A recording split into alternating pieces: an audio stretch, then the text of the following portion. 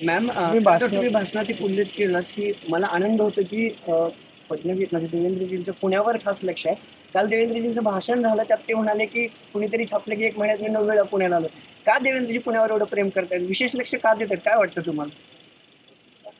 पुणे जे आहे ती आपली सांस्कृतिक राजधानी आहे आणि मला वाटतं पुणे एक देवींचंच एक देवी आहे.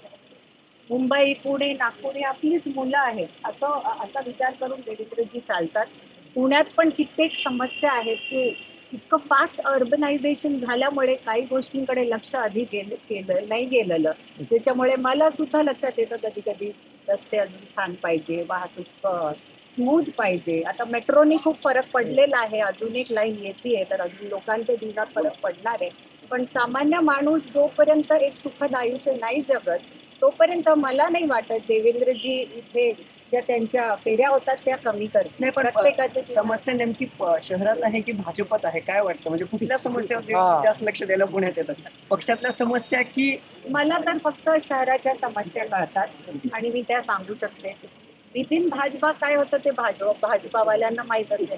मी तर एक नागरिक आहे आणि मी नागरिकाच्या हिशोबाने बोलते. ताई एकीकडे खरं तर पुण्यात महिलांचा सन्मान होतो. तुम्ही महिलांचा सन्मान अनेक वेळा केलाय. म्हणजे महाराष्ट्रामध्ये केला. पण त्याच पुण्यात गेल्या काही दिवसात ज्या घटना घडल्या, वन्य प्रकरण, बुद्धू घाट प्रकरण किंवा राज्यातल्या अनेक घटना. परवाची शहापूरची घटना की मुलींना पिरियड्स आले म्हणून प्रिन्सिपलनं चेक केलं सगळ्यांचे कपडे काढून.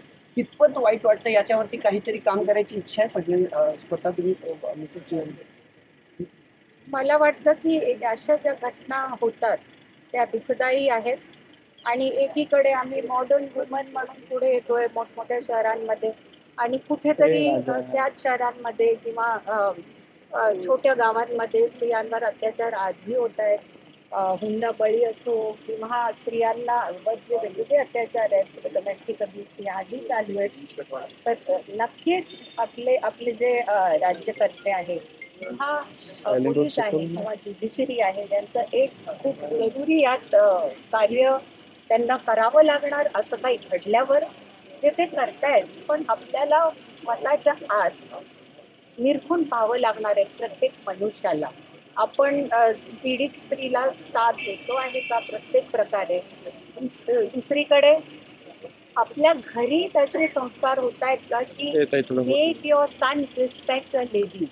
आपण एका स्त्रीला रिस्पेक्ट करणं आपल्या मुलाला शिकवतो आहे का की फक्त स्त्रीला सांगतोय की तू अशी वागायची नको वागायची. आपल्या मुलाला प्रत्येकाने शिकवायला पाहिजे आणि ह्या सोशल मॅनरिझम्समुळेच खूप मोठा फरक पडणार आहे. माझ्या ट्रस्टद्वारे किंवा कित्येक NGOज ह्या क्षेत्रात खूप कामं करतायत वेगवेगळ्या प्रकारची आणि ही कामं आपण जेवढी वाढू त्याच्यानी एक मोठा फरक पडेल. दुसरं मानसिकतेत एक फरक पडेल. तेव्हा सगळ्यात मोठा फरक पडेल की ज्या स्त्रीला आपण देवी म्हणून पूजतो पण दुसरीकडे आपण हे करतो. हे करणारा माणूस तो करतोच का त्याची आपल्याला स्टडी करून अशी मानसिकता आपल्या प्रत्येक घरातनं घालवावी लागेल. तेव्हा हे होणं कमी होईल.